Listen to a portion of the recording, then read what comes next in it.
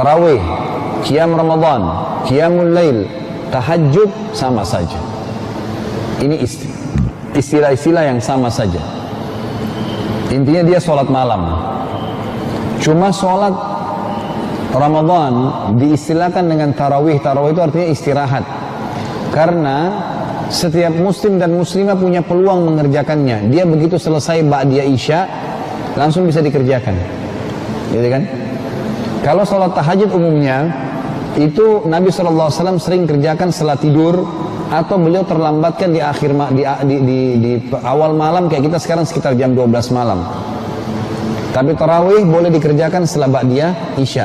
Minimal agar umat Islam ini, antum semua ini, pernah ngerjain tahajud setahun sekali. Itu minimal.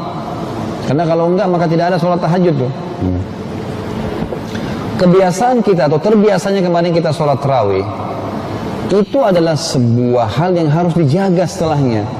Karena jiwa kita sudah mulai terbiasa, sudah terpaksa tadi kan, sudah dipaksa tanda kutip untuk mengerjakan sholat ini.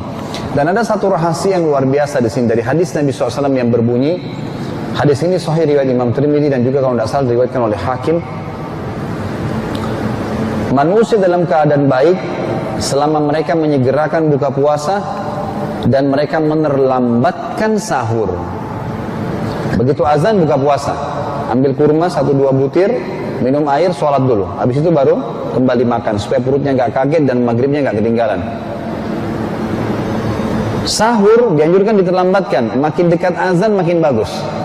Umumnya kalau saya tanya jemaah saya, Bapak Ibu sekalian, Anda biasa bangun sahur berapa jam sebelum subuh? Umumnya jawabannya 1 jam. Umumnya. Kalau ibu-ibu ada yang jawab kadang-kadang 2 jam Ustaz karena butuh persiapan masak. Baik, anggap makannya, mulai makannya. Oh, sejam sebelum subuh. Baiklah. Apakah Bapak Ibu sadar kemarin kita Ramadan itu tanda kutip lagi ya, dipaksa oleh Allah untuk bangun. Ya. Tanda kutip ini berarti bahasanya, ini bahasa untuk mempertegas saja. Jadi tanda kutip dipaksa oleh Allah SWT bangun untuk sahur di waktu itu sejam sebelum subuh, dan itu adalah sepertiga malam. Masuk dalam sepertiga malam yang disebutkan dalam hadis Bukhari, kalau tertinggal sepertiga malam, Allah pencipta langit dan bumi turun, datang ke rumah kita. Kita kalau mau ngajuin proposal ke wali kota atau gubernur, kita datang ke kantornya, antri, dan juga ya mungkin diterima, mungkin tidak. Tidak pernah gubernur datang ke rumah kita. Tapi ini tidak, setiap malam Allah pencipta langit dan bumi, pemilik segala satunya turun ke rumah kita, datang.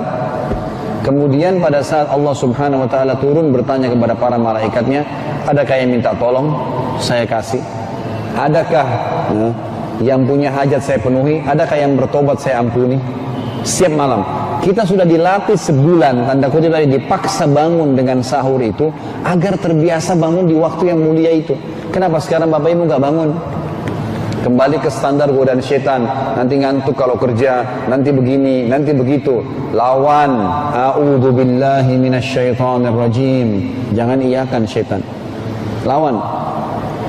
Insya Allah baik. Kata Nabi SAW,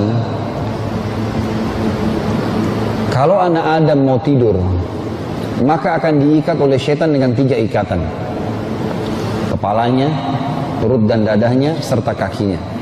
Kalau dia bangun, dia baca doa bangun tidur, memuji Allah, Alhamdulillahilladzi ahyana, dan seterusnya, maka terbuka ikatan yang di kepalanya, di wajahnya.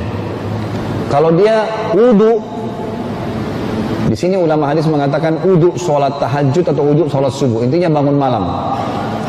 Wudu terlepas ikatan yang kedua.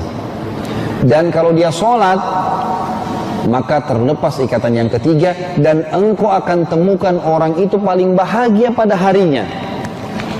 Subhanallah, coba praktekin. Biar kita tidur hanya 3 jam malam. Begitu waktu bangun sholat malam tahajud 2,5 jam aja sebelum subuh deh, bangun sholat.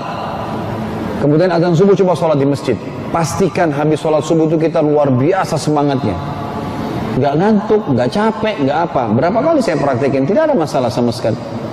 Tapi kalau kita memang dasarnya tidur malas, nggak uduk sebelum tidur, nggak baca zikir sebelum tidur, kacau balau, dosa semua yang ada, maka biar 8 jam, 10 jam dulu nggak cukup-cukup.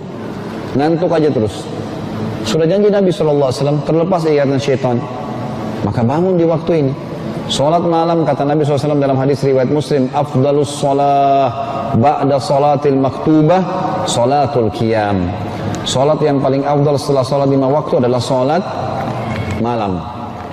Jadi kerjakan salat malam.